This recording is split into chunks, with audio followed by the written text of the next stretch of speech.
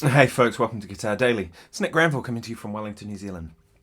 So last night during the live stream I started playing a slow blues, that same backing track. I'll link the backing track below. It's from Jam Tracks channel on YouTube. This week I'm going to do a deeper dive into the blues and kind of discuss how I approach it. It's just my approach, there's lots of different ways to do this, but this is just kind of how I work. So I thought today I'd talk about the soloing aspects. That seems to be one. The slow blues will be the example, but you could apply this to anything really. Could be like a shuffle thing or a Texas thing or like a rhumba, whatever. So let's talk about scales. Now, I don't particularly like thinking about scales when I play the blues, but I get that that's a thing and it's probably a starting point. So let's start there. And then for me, the main thing I think about is like, what am I trying to portray here? What's the melody I'm trying to make?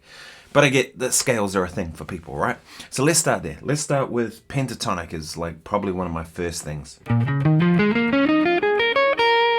Right, that backing track was in B flat, so I'm just going to go with that.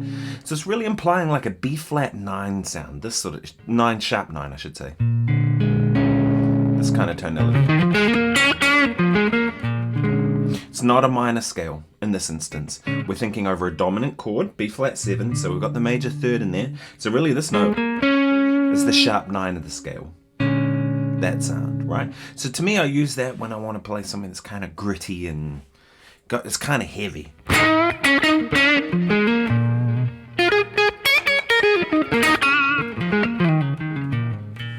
That sort of thing. Do you know what I mean? It's like it's that sort of flavor. This sound. Now, say I want to kind of speak something a little more Robben Ford-esque, right? Which is blues, but a prettier version of the blues. To me, it's really this sound. It's got that 13 in it. Still got the third, but with the sharp 9 as well. Like, I'll use the what I call the Robben Ford pentatonic. If you look back through previous videos, you'll find one where I talk about the Robben Ford scale, what I call the Robben Ford scale. I actually did a thing for Premier Guitar on this scale too.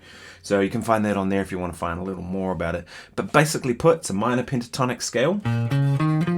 But instead of the flat 7th, that note, we have the 6th. Has some real benefits because now we're implying this sort of thing. The 6th. It's a kind of pretty blues. But also when we go to the 4 chord, it's now, we've got the 3rd of the chord, right? Whereas on a regular pentatonic, we'd have this note. It's kind of implying a sus4 against the 4 chord if we just blanket scale it, right? So by doing this, we're kind of, it's a better way of getting across that 4 chord, like a prettier way. So that's one I use if I want to kind of, so there's the minor pentatonic if I want to like blues language, Robben Ford scale if I want to get a little more kind of jazzier and a little more kind of in that space of where he's going for it. And then if I want to play like the prettier version of the blues, it's Mixolydian. So major scale with a flat 7th.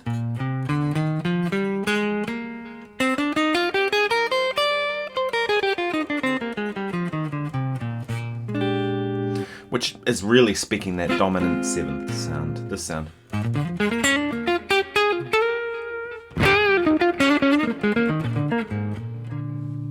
Right? It's like the prettier version of the blues. And the truth really is that I kind of mix all these things together. I never kind of just stick to one or the other. Depending on the setting, of course. If I was playing with a blues singer and I had 12 bars to play a solo, I'm probably just going to burn on some pentatonic stuff and get that out of the way, because that's probably what's appropriate.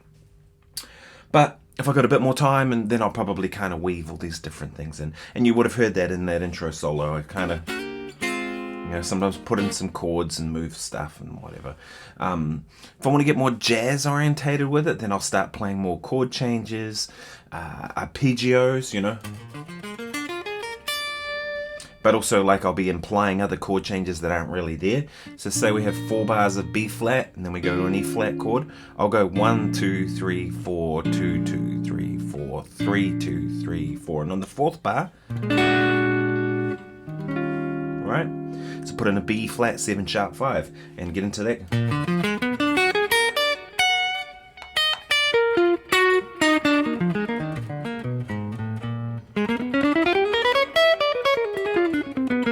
So altered scale, in that case I was playing half whole diminished, arpeggios with the sharp 5, all that kind of stuff that implies that movement of this to this, alright?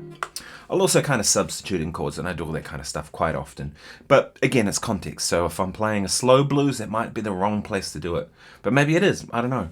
One that I quite like using, and I use quite a bit, is when we get to the 4 chord. Instead of having 2 bars on the 4 chord, I'll often go put that diminished chord in there, which is on the, I guess it would be the 2, 3, 4, 5, 6 bar of blues. So 1, 2, 3, 4, 1, 2, 3, 4, 1, 3, 4, 2, 2, da, da. And then we go to the 4 chord, 2, 3, 4, and it could have another bar of the 4 chord, but I'll often go put that diminished in there,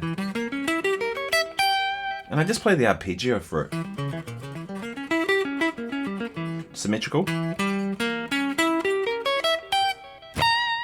I'm pretty sure I did a video already on my channel, so you can go and check that out about the diminished scale arpeggios.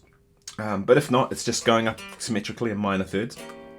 But I'll often play that in the 6th bar, and all these sort of things, right? So I might imply chord changes, right? That's if it's getting more of a jazzy kind of blues. Different if it's a minor blues, right? If it's a minor blues, then minor pentatonic actually becomes a minor scale in that instance.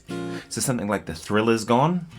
Might be, it's in B, but we'll talk about this all in B flat. So B flat minor, E flat minor, B flat minor, and then G flat, F7, back to 1, right? So it's 1, 4, 1, and then the flat 6, then the 5 of the key, and back home, right? In which case, that minor third on a minor chord is actually functioning as that, not as a sharp 9 in this instance.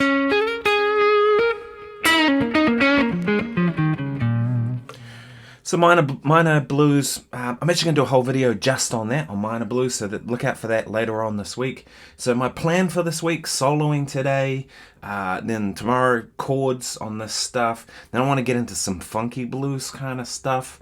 Then kind of discuss more of the Robben Ford approach to it, because he's a big influence on me.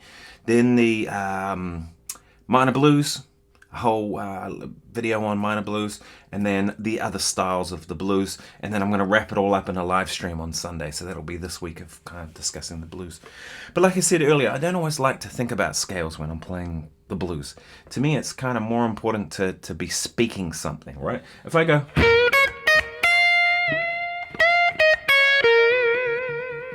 It's like, to me, it's like whatever those notes are, I mean, I know what they are theoretically, but I'm not thinking about it from a theory point of view. I'm just thinking about it like, what am I saying by doing this? Like, I could go... I could also go... I could go...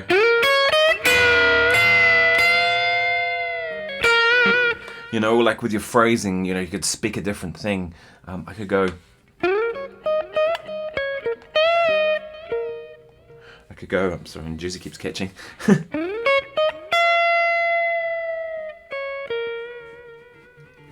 Which takes on a totally different meaning in the music, you know what I mean? So, all that kind of stuff. That's more what I'm thinking when I'm playing the blues. Is like, what am I saying right here, right?